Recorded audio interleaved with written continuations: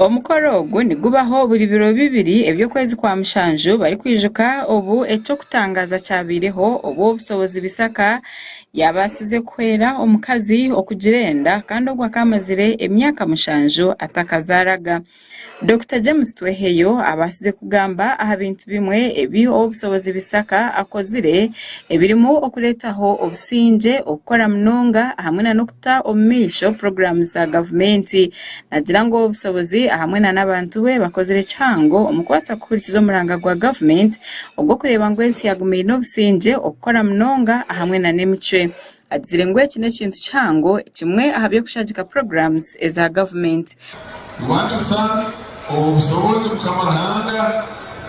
We want to thank you, the people who are here, for listening to the call of the government and working so hard, for listening to the call of government and keeping peace, for listening to the call of government and instilling in discipline not only the children but also the adults. Omukugamba kwe obusobozi bisaka ayorekire okusima aha government ya Uganda habo kubikiriza okugira ngo buri omwe basekuramya omukwari kwenda kandi basima President Museveni habo mirimo gwakozire omukuretaho obusinge mu ihanga. Bayitukuruga President yayizire mu bembezi buno bwe ihanga yarwanira obusinge bwe ihanga lino yabutaho abantu bahumura abantu bakola emirimo yabo eyenkurakurana omumaka n'emirimo endi yona abantu barara kurungi hatarimo ebyemundu bomu manya biki hatarimo ebikorwa ebibi ebyobutemu n'ebindi. President na government hanyuma bamaraho ebintu ebyo obusinge bwaba mu Uganda twakola emirimo yaitu nkekiro kya hati era tuli hano nitukola emirimo hakuba obusinge buroho kakuba buba butaroho nahanu titusobora kubaho. Obusobozi nagira ngo government ekabahereza obugabe obwo kuramya okubari kwenda hamwe no kubasa kujanjaza enjiri omunsi yona.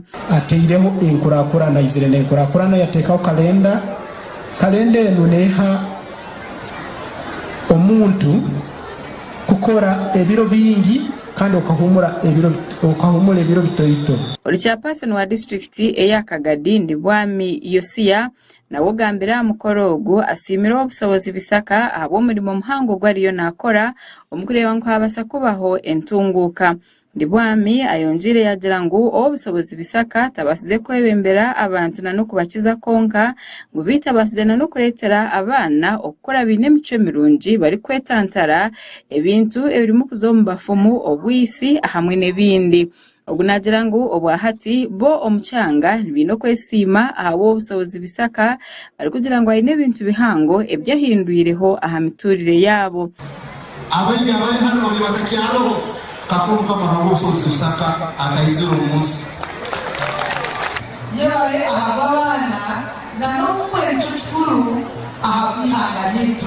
Omukoro ogwo nigubaho kandi kukatanika kujaguzibwa omwaka gwa 1996 obwo obusobozi bisaka yatambira omukazi owabira inenda okumara emyaka mushanju okuletera yabasa kuzara. Ekyo kutangaza eki ekyakozibwe emyaka n'emyaka ehingwire n'obwahati nikyakiretera abakazi n'abana okutambura bari kujaguza bari koreka amani ago obusobozi bisaka ayine ahabana n'abakazi. Wenda kinana na mukaga okwezi kukabali konka kuno ebiro nibyo bimu abantu basemereyo muno abakazi omunsi yona bakasemereyo muno wabaha omugisa ogwokuzara.